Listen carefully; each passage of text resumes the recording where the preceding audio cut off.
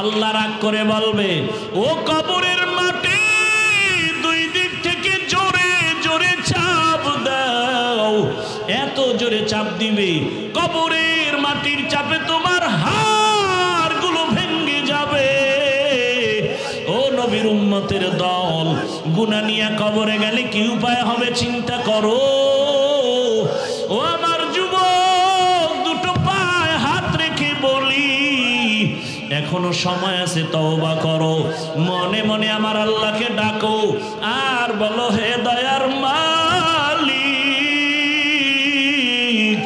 জীবনে তো কম দাড়ি কাটলাম না, নামাজ ছাড়লাম না, বেপরদায় চললাম না।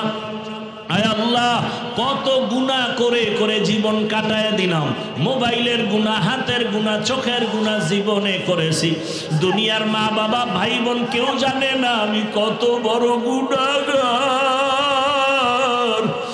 আমার মায়ে যদি আমার গুনার খবর জানতো, আমার মা বাবা আমাকে ভালো নজরে দেখতো না। হ্যাঁ যুবক, একটু চোখ বন্ধ করে চিন্তা কর, তোর আমার গুনার খবর যদি ভাই বোন জানতো, কেউ মায়ার নজরে দেখতো না। আমার মাওলা কেমন দয়ার মালিক, এত গুনাহ করার পরেও আমার মাওলা রাগ করে পানিও বন্ধ করেন নাই, খানাও বন্ধ করেন নাই, বরং আমার আল্লাহ মায়ার দরজা দিয়ে ডাকে, বান্দায়া রহমতের দরজায় ফিরিয়ে আয়। ওরে আমার দরজা থেকে কই ভাগতেছ, যেদিকে যাবি জাহান্নামের আগুন। সূর্যের গরম সহ্য করতে পারো না, ওরে বান্দা গুনার মজা পাইয়া কই যাও। বেনামাজি নামাজে না পড়িয়া মজা পাইছো, বেপরদায় চলে মজা পাইছো, গান বাজনায় মজা পাইয়া। ও বান্দা, তুই কোন দিকে দৌড়াও? ওরে যেদিকে যাইতেছ ওদিকে তো জাহান্নামের আগুন ছাড়া কিছু নাই। ওরে জাহান্নামের আগুনের গরম কেমন জানো? আল্লাতী তাত্তালিউ আলাল আফইদা। ওরে জাহান্নামের আগুন লাগা মাত্র কলিজাটা ভুনা হয়ে যাবে। ও আমার যুবক বাবারা, ওরে গুনার কারণে জীবনটা ধ্বংস, দিলটা পাথর হয়ে গেল, চোখে পানিও নাই। আল্লাহর কাছে তওবা করো আর মনে মনে আল্লাহরে ডাক দাও, হে দয়ার আল্লাহ, এই ময়দান থেকে আর গুনাহ অবস্থায় ফিরাইয়া দিও না। আল্লাহকে বলো, হে মালিক, জীবনে যত গুনাহ করেছি আর করব না। গুনাহগার হইয়া হাসরের ময়দানে দাঁড়াতে চাই না। হাসরের ময়দানে সূর্যের গরম, জাহান্নামের গরম সহ্য করতে পারবো না। ও আল্লাহ, তুমি মাফ করে দাও। আর নামাজ ছাড়বো না, দাড়ি কাটবো না, বেপরদায় চলবো না। মা বাবার দোয়া নিয়া, শিক্ষকের দোয়া নিয়া, ওলামায়ে কেরামের দোয়া নিয়া নবীজির আদর্শ মতো জীবন চালাবো। আল্লাহর কাছে বলিয়া যদি তওবার নিয়ত করতে পারো, আর জীবনে কোনোদিন গুনার কাছেও যাইবা না। তোমার মতো যুবকেরা স্কুল কলেজে পড়িয়াও নামাজ পড়ে, অভাব নাই। তোমার মতো কত যুবক চাকরি করে, র্যাব, আর্মি, পুলিশ, বিডিআরের নামাজ ছাড়ে না। বলো তুমি কেন পারো না? তোমার মতো কত ব্যবসায়ীরা নামাজ পড়ে। ও ব্যবসায়ী বাবার, আপনারা কেন পারবেন না? ও চাকরিজীবীরা কেন রেডি হন না? ও ড্রাইভার বাবারা, শ্রমিক বাবারা, আপনাদের মতো কত শ্রমিক কাজ করে, নামাজ ছাড়ে না। এখনো সময় আছে, তওবা করেন। ওই অন্ধকার কবর বড় কঠিন, হাসরের ময়দান বড় কঠিন। আল্লাহ বলেন, তোমাদেরকে আমি সৃষ্টি করেছি মাটির থেকে, অফিহা নুঈদুকুম, তোমাদেরকে নিয়ে যাওয়া হবে আবার সে মাটির গর্ভের ভেতরে। অমিনহা নুখরিজুকুম তারাতান উখরা, আবার তোমাদেরকে সে মাটির গর্ভ থেকে উঠানো হবে পুনরায় আল্লাহর আদালত। হাদিস পড়েছি 3টা, তরজমাটা বলেন এই বরকতান।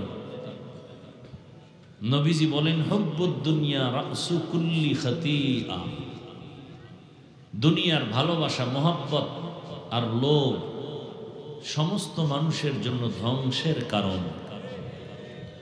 আর একটা হাদিস পড়েছি, আল্লাহ রসুল বলেন দুনিয়া খুলিকাত লাকুম ওয়া আন্নাকুম খুলিকতুম লিল আখিরাহ, দুনিয়াটা তোমার আমার গোলামি করার জন্য আল্লাহ সৃষ্টি করেছেন, আর তোমাকে আমাকে আল্লাহ সৃষ্টি করেছেন তার গোলামির জন্য।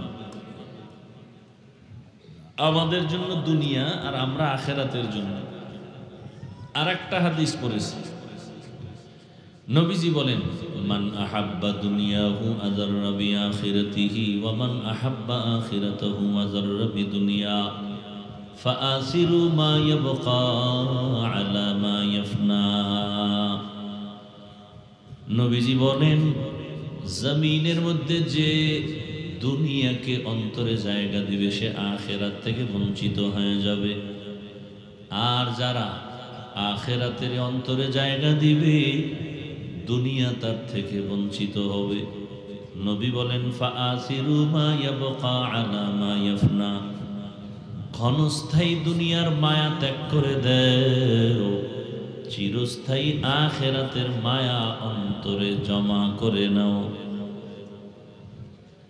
হাদিস 3টার ব্যাখ্যা করি কিছু টাইম, তারপরে আয়াতের উপরে আলোচনা করব। তবে আমার একটা অনুরোধ, বয়ান করাটা বক্তার ইলম আর আমলের বাহাদুরিতে হয় না।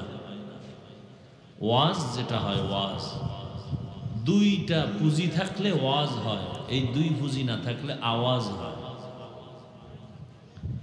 ওয়াজ মানে আমি সহজে বুঝাতে চাই যে ওয়াজগুলো বয়ানগুলো দিলের মধ্যে গিয়ে আসর করে। বলে কেমন আসর? বলে শ্যামপুর থানায় নিয়ে অপরাধী যুবকরে বেতের বাড়ি দেয় পুলিশ, চোখে পানি আসে না। আর ওয়াজের ময়দানে যখন বসে মানুষের অনায়াসে চোখের পানি বের হয়, এটা ওয়াজ।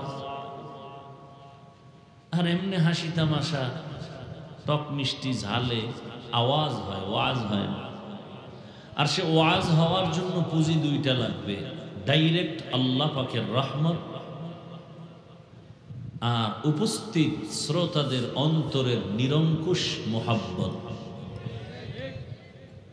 এই 2 জিনিস থাকলে ওয়াজ হতে পারে। এখানে বক্তার কিছু নেই, সব ফোকাস আপনাদের।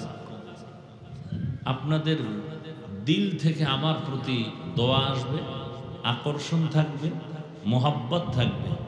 আপনার দিল চুম্বুকের মতো আমার কথা টানবে তো কথা বের হবে।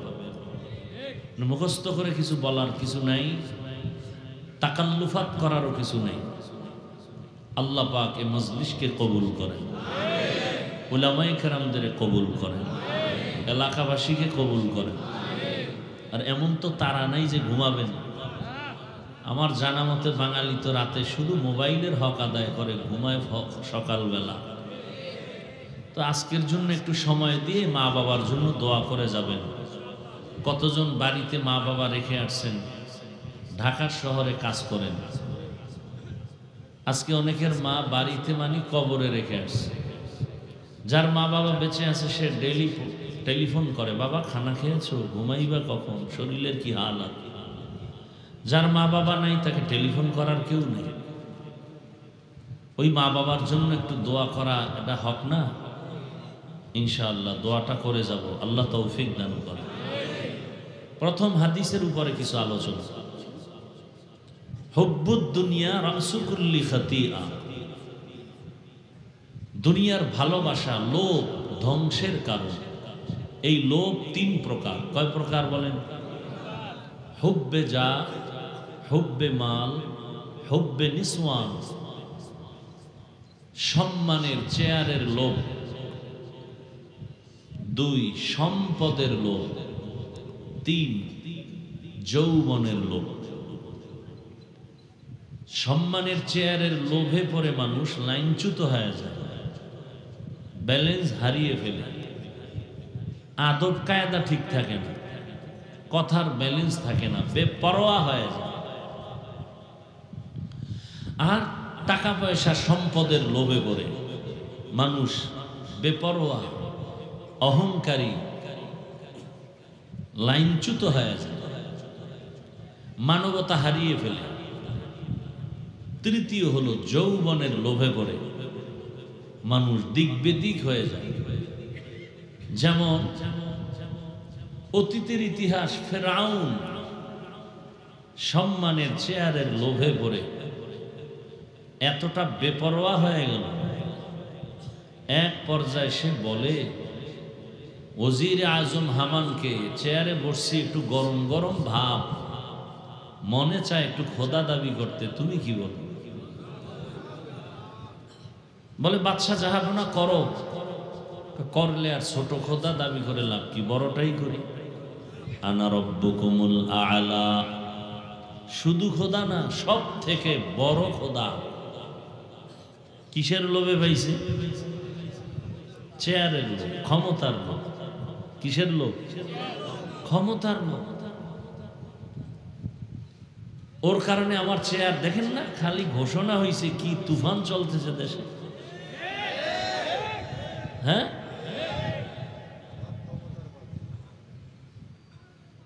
দলের হাইকমান্ড থেকে ঘোষণা দিছে, উল্টা গিয়া সরকার প্রধানের বিরুদ্ধে স্লোগান দেয়। চিন্তা করছেন কেমন দিক বেদিক হয়ে গেছে? যে প্রধান উপদেষ্টারে সাইজ করতে হবে, চিন্তা করতে পারে। কিসের লোভে? ক্ষমতা। আর এখানে আসলে আর নামতে মনে চায় না। ফেরাউন বলে একটু খোদা খোদা ভাব, কত দাবি করলে আর ছোট খোদা দাবি করে লাভ কি, বড়টাই করি, বড় খোদাই দাবি করি। ক্ষমতার চেয়ার পাওয়ার লোক। খালি ওদেরকে কেন বলেন, আমাকেও বলেন। আমরা হুজুরেরাও ওই যে বলছি ওলামায়ে আহলে বাতিল।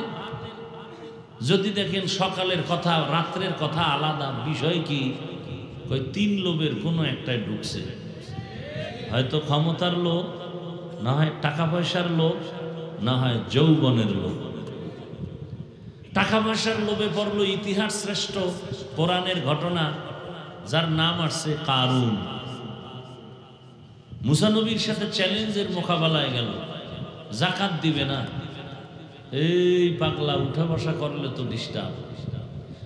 এত বলি, আচ্ছা আপনার দীর্ঘ টাইম বসার অভ্যাস না থাকলে কেন আপনারা ভেতরে থাকেন? বাহিরে দাঁড়ান, বাহিরে দাঁড়ায় বয়ান শুনে ফাঁকে গিয়ে বিড়ি টানে আবার আসবেন, কোনো ঝামেলা নাই, দেখবো না। ভেতরে ঢুকে কেন ডিস্টার্ব করেন বলেন তো? আল্লাহ হেদায়াত দান করুন। কারণ কিসের লোভে পড়ছে? সম্পদের লোভ। আমগো দেশের বেশ্যা তাসলিমা নাসরিন যৌবনের লোভে পড়ে বলে, ইসলামের আইন এক পুরুষ আমার পেটে নির্দিষ্ট করে বাচ্চা দিবে না, হবে না, এটা জুলুম, আল্লাহ বড় জালেম। তাসলিমা বলল, আমার থিওরি হলো আমার পেট আমার শরীরের অংশ, অতএব আমার পেটে বাচ্চা আমি যেখান থেকে মনে চায় সেখান থেকে নিব। দেশের সব আলেম গর্জে উঠল, ওলামায়ে হক্কানি ময়দানে আন্দোলনে নেমে পড়লেন। এই বেশ্যা তাসলিমা, যেখান থেকে মনে চায় সেখান থেকে পেটে বাচ্চা আমাদের দেশের কুকুর নিরা নেয়, মানুষ নিতে পারে না। আন্দোলন শুরু হলো, এক পর্যায়ে আলেম সফল হয়ে গেল। বাংলাদেশের 54-52 বছরের ইতিহাস, আলেম যে আন্দোলনে নামে ওলামায়ে কেরাম সেটা সফল হয়ে যায়। কিন্তু কপাল খারাপ, এমন এক সুযোগ আসার পরও আলেম এক হতে পারতেছি না। কার বদনজর লাগছে আল্লাহ ভালো জানে। আবার ওলামায়ে কেরাম যেন এক হতে না পারে সেজন্য বহু টাকা পেছনে ব্যয় করা হচ্ছে।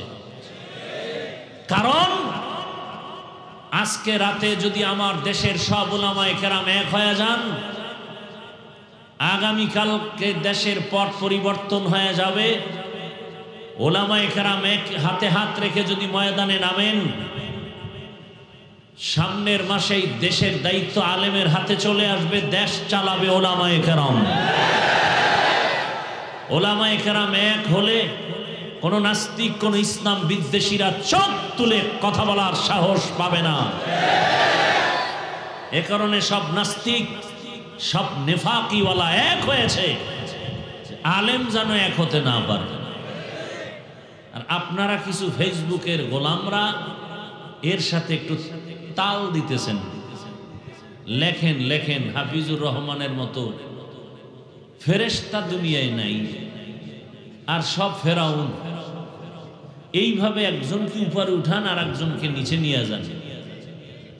এই যে একটা পার্থক্য করে আমাদের মধ্যে ডিবেট সৃষ্টি করে দিলেন, আলাদা করে ফেললেন। এই ডিভাইডের কারণে কেউ আবার ডাইরেক্ট ফেসবুক বাদ দিয়া কানে কানে কয়, হুজুর গতকালকে তো আমাদের পাশে এক হুজুর আপনার বাস দিয়ে গেছে, হুদা কিছু না বানায় একটা বইলে আমারে ফুলাই দিল। আবার আমি বয়ান করে যাওয়ার পরে আর একজন আলেমকে বলবে, হুজুর হাফিজুর রহমান তো বাঁশের বড়টা দিয়ে গেছে। এইভাবে করে করে কিছু নেফাকি অন্তরওয়ালা সমাজে উলামায়ে কেরামদেরকে এক হওয়ার পেছনে বাধা হয়ে আছে। তবে আজীবন মনে রাখবেন, এই জমিনে শান্তির ঠিকানা দেখাবে একমাত্র, সংসারে শান্তি, চাকরিতে শান্তি, ব্যবসায় শান্তি, সব ক্ষেত্রে শান্তির পথ দেখাবে নিঃস্বার্থভাবে উলামায়ে আহলে হক, আর কেউ না। সেই উলামায়ে কেরামের ছায়াতলে আসবেন তো শান্তি, আসবেন না তো অশান্তি। শান্তির একমাত্র ঠিকানার নাম ইসলাম। ইসলাম ছাড়া শান্তির কোনো ঠিকানা নাই। চ্যালেঞ্জ করে বলছি, যতদিন পর্যন্ত আমার এই সোনার দেশে ইসলামী হুকুমত কায়েম হবে না, ততদিন পর্যন্ত শুধু চাপাবাজের আওয়াজ শুনবা, শান্তি কপালে আসবে না। সম্ভব না, কোনোভাবেই সম্ভব না। আল্লাহর কসম করে বলে গেল, শান্তির ঠিকানার নাম ইসলাম। তবে একটু দুর্বলতা আছে আমগো ইসলামে। আমগো ইসলামটা একটু দুর্বল, কোরআন শরীফ একটু দুর্বল। হ্যাঁ, কোন বিধর্মী যদি আপনাকে জিজ্ঞেস করে, ভাই আপনাদের ইসলামটা কেমন, আপনি বলবেন মোটামুটি না পরিপূর্ণ, খারাপ না ভালো। বলে কেমন ভালো? ব্যক্তি জীবনের কি সমস্যার সমাধান আছে? আপনি কি বলবেন? পূর্ণাঙ্গ না অপূর্ণাঙ্গ? আচ্ছা, সমাজনীতির সমাধান আছে, রাষ্ট্রনীতির সমাধান একটু কম। হ্যাঁ, পৃথিবীতে যত নীতি আছে সব নীতির মধ্যে ইসলাম আছে। পৃথিবীতে শ্রেষ্ঠ নীতির নাম ইসলামী নীতি। কথা ঠিক না? রাষ্ট্রনীতির মধ্যে ইসলাম, এমন কোন নীতি নাই যে নীতির মধ্যে ইসলাম নাই। মানলে শান্তি, না মানলে অশান্তি। অর্থনীতির মধ্যে ইসলাম আছে না নাই? আছে। মানি, আমি চ্যালেঞ্জ করে বলছি, পৃথিবীতে কল্যাণময় চূড়ান্ত সফলতার অর্থনীতির নাম ইসলামী অর্থনীতি। শ্রেষ্ঠ সমাজনীতি ইসলামের সমাজনীতি। শ্রেষ্ঠ নারী নীতি ইসলামের নারী নীতি। শ্রেষ্ঠ রাজনীতি ইসলামী রাজনীতি। বলে ধর্মের ভেতর, ধর্মকে রাজনীতির মধ্যে টানবেন না, ধর্মকে রাজনীতির দিকে টানবেন না। ইন্নাহু আলিমুন কাদির।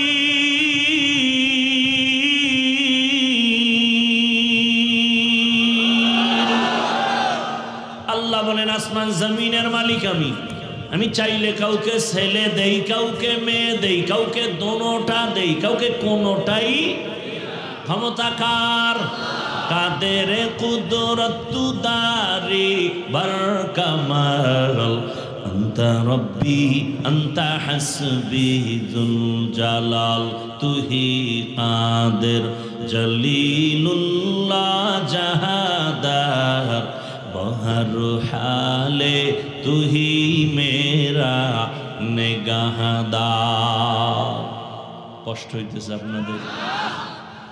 আরেকটু সামনে আগাবো, মাত্র দ্বিতীয় হাদিসের আলোচনা চলে, এরপরে আর একটা হাদিস, এরপরে আয়াত। ধৈর্য হবে? আল্লাহ কবুল করবে। নবীজি বলেন দুনিয়া খুলিকাত লাকুম আন্নাকুম খুলিকতুম লিল আখিরাহ। দুনিয়া তোমার আমার গোলাম, তুমি আমি কার গোলাম? দুনিয়া তোমাকে আমাকে খুঁজবে, তুমি আমি কাকে খুঁজব? কাকে? আল্লাহকে খুঁজো। দুনিয়া তোমাকে খুঁজবে, কিন্তু তুমি আমি এখন উল্টা দুনিয়া খুঁজি, আর আল্লাহ তোমাকে আমাকে খুঁজে। আল্লাহ বারবার ডাকে হাইয়া আলাস সালাহ, ফজরে যা, আস-সালাতু খায়রুম মিনান নাওম। অর্থ কি? ঘুমের চেয়ে নামাজ ভালো, আর তুমি ঘুমাইও না, ঠিক মতো পড়িলে নামাজ জান্নাত তোমার ঠিকানা। পশু পাখি কীট পতঙ্গ কেউ ঘুমিয়ে রইল না, মানুষ হয়ে ঘুমিয়ে থাকা ঠিক তো মোদের হবে না। আহাতে মন কঠিন দিনেতে নামাজ তোমায় ভুলবে না, ঠিক মতো পড়িলে নামাজ জান্নাত তোমার ঠিকানা। একটুখানি নেকের তরে রোজ হাসরের মাঠেতে, বাবা ঘুরবে ছেলের পিছে, ছেলে বাবার আগেতে। আহাতে মন কঠিন দিনেতে আল্লাহ কিন্তু ছাড়বে না, ঠিক মতো পড়িলে নামাজ জান্নাত তোমার ঠিকানা। আমার প্রাণের ভাই বোনেরা জলদি করে উঠে যাও, ওযু করে তাড়াতাড়ি নামাজ পড়তে লেগে যাও। আহা নবী বেনামাজির শাফাআত করিবেন না, ঠিক মতো পড়িলে নামাজ জান্নাত তোমার ঠিকানা। ঘুমের চেয়ে নামাজ ভালো, আর তুমি ঘুমাইও না, ঠিক মতো পড়িলে নামাজ জান্নাত তোমার ঠিকানা। ফজরে আল্লাহ ডাকলেন, হাজিরা দিলা না রে বান্দা। জোহরের সময় আবার ডাকছেন, আসো হাইয়া আলাল ফালাহ। জোহরের হাজিরায় তুমি নাই, আল্লাহ রাগ নারেন নাই। আবার আসরে ডাকলেন, আসো, আসরেও তুমি নাই, আল্লাহ রাগ করেন নাই। আবার মাগরিবে ডাকলেন, আসো, মাগরিবের হাজিরায় তুমি মসজিদে যাও নাই, আল্লাহ রাগ না করে আবার এশায় ডাকলেন, আসো, বান্দা এশায় তুমি নাই। আল্লাহ কয়, এখন আমি তোরে তালাশ করার জন্য আমি নিজে আসছি। রাতের গভীরে প্রথম আসমানে আমার আল্লাহ হাজির। কোথায়? অতিও গভীর হয় রজনী যখন, নীরবে প্রভুর নাম জপিও তখন। প্রভুর করুণা যদি পাইবারে চাও, গভীর রাতে উঠে প্রভুর গুণগান গাও। এমন একটা রাত নাই যে আল্লাহ প্রথম আসমানে আসেন না। আল্লাহ আসেন এটা জানেননি, কখন আসেন বলেন না কেন? রাতের শেষ ভাগে না প্রথম ভাগে? শেষ ভাগে। কোন দিন আসেন বলেন? প্রতিদিন। বান্দার থেকে কিছু নিতে আসেন নাকি দিতে? আপনাদের কিছু লাগে না? লাগলে আল্লাহর কাছে চান না কেন? আল্লাহ কয়, এখন কে চাবি চা। লাইনটা ক্লিয়ার। সব মানুষ ঘুমায়, গাছের পাখি ঘুমায়, নদীর মাছ ঘুমায়, ঘরের সব প্রাণীরা ঘুমায়। এখন পুরা রাস্তা ক্লিয়ার। এখন তুই ঘুম থেকে উঠে ওযু কর, নিরিবিলি যায় নামাজ বিছাইয়া সেজদা করে একটু দিল খুলিয়া আমি আল্লাহকে ডাক দিবি, ইয়া আল্লাহ আমি ওয়াদা করেছি উদউনি আস্তাজিব লাকুম, ও বান্দা তুই আমারে একবার ডাক দিবি, আমি তোর ডাকের সাড়া দেওয়ার জন্য রেডি। নবী নিজে বলেন তোমার জুতার ফিতা ছিঁড়ে গেছে, আল্লাহর কাছে চাও, ফিতাও কার কাছে চাও? আল্লাহ এ দিয়ে যাবে, আল্লাহ একটা ব্যবস্থা করে দিবেন। জুতার ফিতা ছিঁড়ে গেছে, আল্লাহর কাছে চাও। রসুল কার কাছে চাইছেন? আরো জোরে বলেন। নবী বলেন ইজা সাআলতা ফাসআলিল্লাহ ওয়া ইজা ইসতাআনতা ফাসতাইন বিল্লাহ। যদি চাইতে হয় কার কাছে? সাহায্য কার কাছে? দুনিয়ার কারো কাছে চাইও না, কারণ দুনিয়ার সবাই ফকির, দুনিয়ার সবাই অভাবী। আমার আল্লাহর কোনো অভাব? हर घड़ी देने को तू तैयार है, जो न मांगे उससे तू बेजार है। আল্লাহর কাছে চাও। এ দুনিয়ায় যারা চাইছেন তারা পেয়ে, ফেরাউন না পাইছে কি? ফেরাউন গভীর রাতে আল্লাহকে বলতো আল্লাহ আমি জানি তুমি আল্লাহ, কিন্তু আমার দুনিয়ার একটু মাস্তানি করতে মনে চায়, দুনিয়া চাই আখেরাত চাই না। আল্লাহ কয় যে দুনিয়া চাই আমি তাকে, মান কানা ইউরিদুল আজিলাতা আজ্জালনা লাহু ফিহা মা নাশাউ মিন লিমান নুরিদ।